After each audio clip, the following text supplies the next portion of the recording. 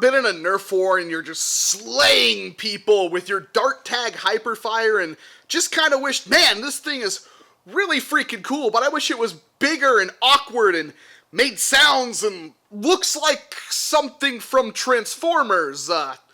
Well, you're in luck, because that's a thing that exists for some reason. It's pretty darn cool, though. It's like a big sound, and then when you prime it, Optimus Prime talks to you after you shoot it. Sometimes. Let's try one more time. Communist detected on American soil. Lethal force engaged. Ruh-roh.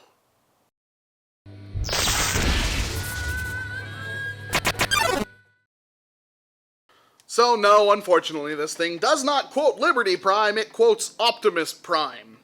An Optimus Prime probably from the movie. In fact, I know it comes from one of the Michael Bay movies. I try to pretend those don't exist, but for some reason they keep making them. But enough about that. Welcome to Tag Back, the show where every week we take a look at a blaster from the past and see what it can offer today in the present. And this time, we're taking a look at this thing.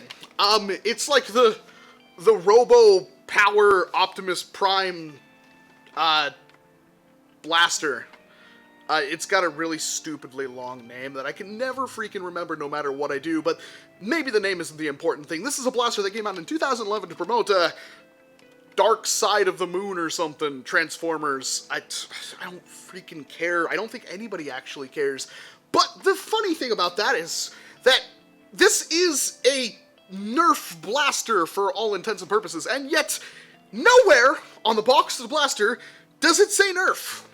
Freaking anywhere. It does not claim to be a Nerf blaster, it's not powered by Nerf, even though it's very clearly a Nerf blaster. And that's really, really weird. Even when you get like the Spider-Man Homecoming blaster or whatever terrible blaster that just came out, like the Black Panther Vibranium Gauntlet or whatever it is, these absolutely atrocious wastes of money, well, they say powered by Nerf or Nerf somewhere on the box. And yet this one doesn't. It's made by Hasbro. I mean, they've owned the Transformer license for God knows how long, and yet this doesn't say that anywhere. Kind of weird, and maybe that's for the best, except for this thing's actually really freaking cool. So, if you've already seen the Hyperfire tag back, this is gonna be very much the same thing, because this is very much the same thing. It is a front-loading 10-dart cylinder blaster that rotates every single time you pull the trigger, and it does make a beautiful noise and lights up on the side, and you can turn it on and off with the switch right here after you put some AA batteries into it, and it's pretty cool. You prime it back here, make some charging sounds, and that thing glows, and sometimes he talks.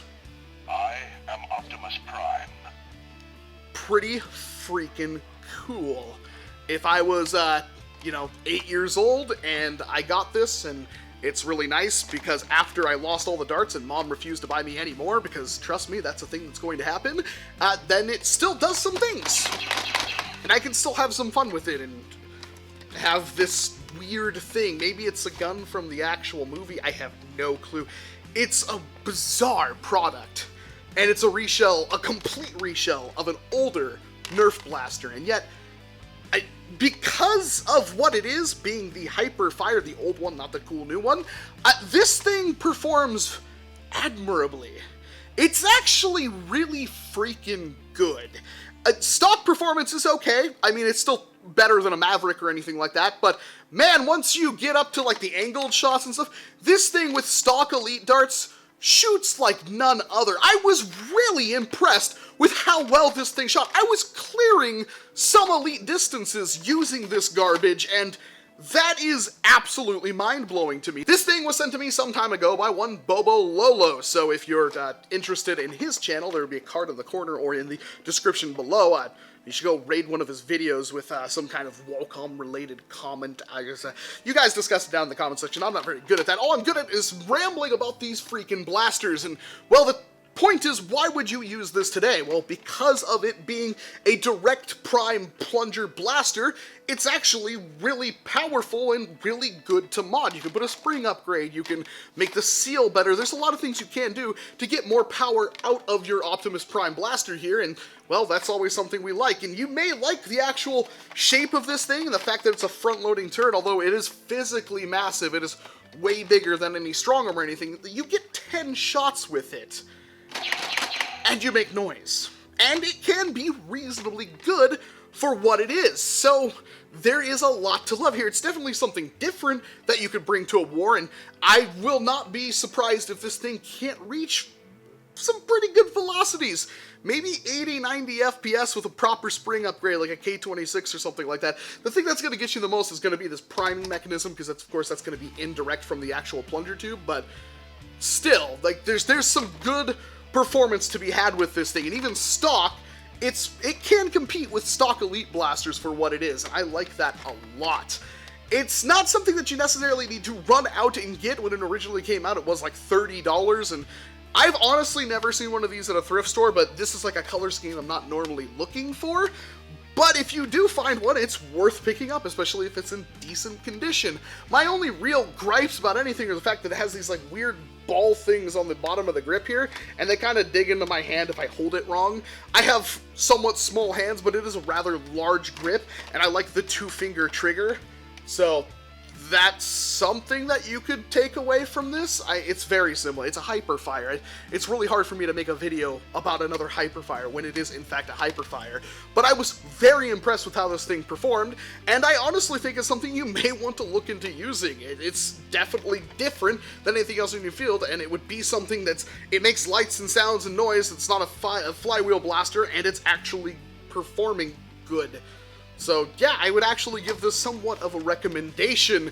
Unfortunately, it doesn't have any sling points or anything on it, so you're gonna have to build some kind of freakishly huge holster to have this thing on your back or on your leg or something like that. But you would be just about the coolest person at any Nerf war if you brought one of these things out, let alone tagged a bunch of people with it.